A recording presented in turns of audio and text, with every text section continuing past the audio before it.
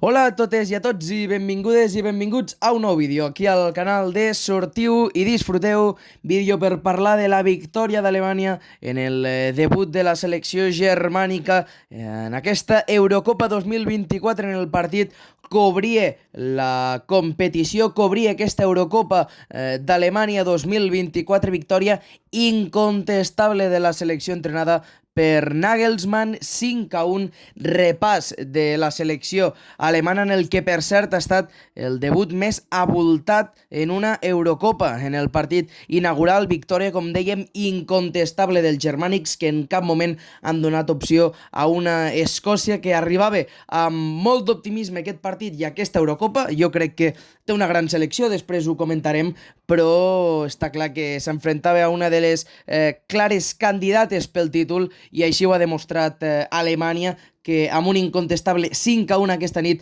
a Munic ha demostrat i ha presentat la seva candidatura a ser campiona de l'Eurocopa tants i tants anys després.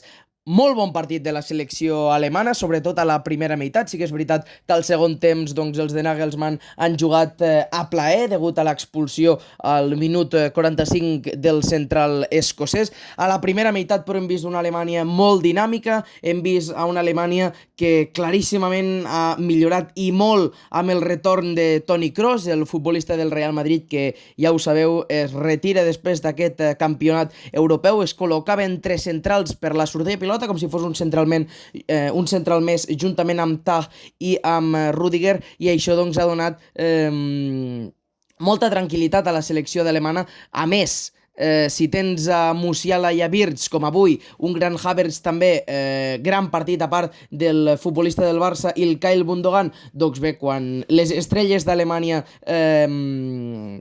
connecten entre elles és molt complicat, i més si ha fet un plantejament com el que ha fet Escòcia avui de no pressionar dalt, de donar espai a Alemanya. Doncs bé, això ho ha pagat molt i molt car la selecció escocesa. Com comentàvem, 5-1, una victòria incontestable. Alemanya jo crec que és una selecció que l'únic inconvenient que pot tenir és en sortida de pilota si tu pressiones molt a dalt.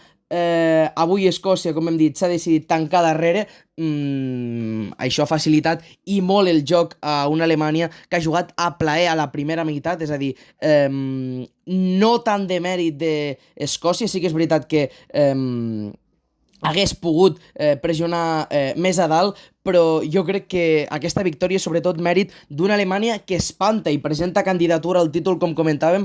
M'ha encantat el partit de Gundogan, caient a l'espai, molt bé per les bandes Wirtz i Musiala, és a dir, són uns extrems molt tancats, molt tècnics, amb molt de desbord, i això doncs ajuda molt amb una Alemanya que, a part, si ajuden els canvis, doncs bé, nit rodona per als de Julian Nagelsmann. Una Alemanya que avui ha sortit al terreny de joc amb el 11 que veieu ja en pantalla. És un 11 molt similar al que dibuixàvem fa 4 dies en el vídeo d'anàlisis d'aquesta selecció entrenada per Nagelsmann. No hi era a la porteria, Kimmich, Rüdiger, Tah i Middlesbrough a la defensa, Andrich, Kroos al doble pivot, Gundogan a la mitja punta, Wirtz, Musiala pels costats, a dalt Kyle Havertz. Simplement els dos canvis que podem observar en aquesta alineació són la titularitat de Tah com a central en lloc de Slotterbeck, i al lateral esquerre en lloc de Raum hi ha jugat Middlesbrough, el lateral de l'Stuttgart, que ha fet una gran temporada i un gran partit, tot sigui dit. Alemanya està claríssim quines són les seves estrelles. De mig del camp cap a davant el talent que té és fabulós. Aquests 6 futbolistes que comentàvem, Andrich, sobretot Kroos, Musiala, Gundogan, Wirtz, Havertz, quan connecten entre ells, quan mostren la seva millor versió, doncs és molt difícil competir-li contra aquesta Alemanya. Avui es notava que els de Nagelsmann, davant de la seva afició, doncs volien demostrar que són fermes candidates a l'Eurocopa, i així ha estat. El que comentàvem de la clau de Toni Kroos en sortida de pilota, tant Kimmich com Middlesbrough pujaven molt la línia i era Toni Kroos qui venia a rebre, qui es col·locava entre centrals, no entre un i altre, sinó que es dibuixava una línia de 3 amb Rüdiger, Tah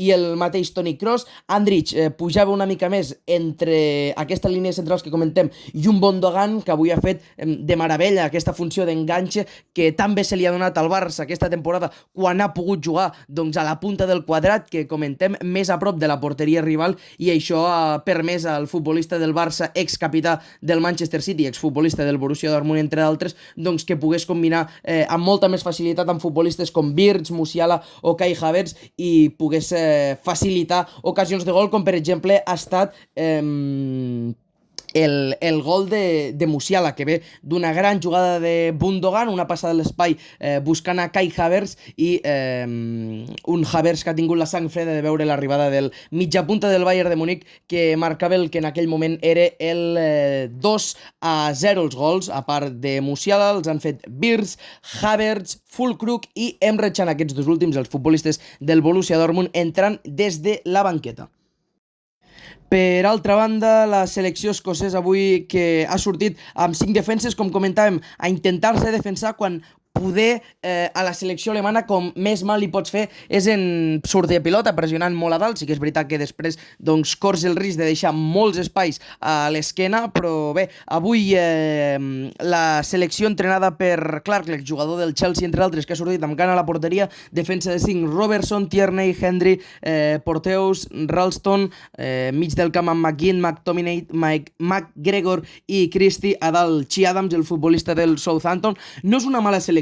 Jo crec que els altres dos partits del grup els pot competir, però sí que és veritat que entre l'expulsió i que el rival avui era Alemanya, doncs bé, molt complicat aquest partit per als escocesos. Se'ls ha fet molt i molt llarg i això ho demostren les estadístiques. 73% de possessió d'una Alemanya que ha tingut les oportunitats i que ha portat les regnes del partit en tot moment. Partit sota control d'inici a fi dels de Julian Nagelsmann, que demostren que són una selecció molt més madura del que eren a Qatar fa un any i mig i que són clares candidates per a guanyar aquesta Eurocopa. Partidàs d'Alemanya en un debut d'una Eurocopa que promet i molt. 5-1 per als germànics davant d'una Escòcia que haurà de lluitar en les dues properes jornades per classificar-se a vuitens de final. Mentrestant, l'Alemanya de Nagelsmann, que demostra que ha vingut a aquesta Eurocopa a guanyar-la, si més no, a competir-la, ser una de les seleccions a tenir en compte al final dels 90 minuts.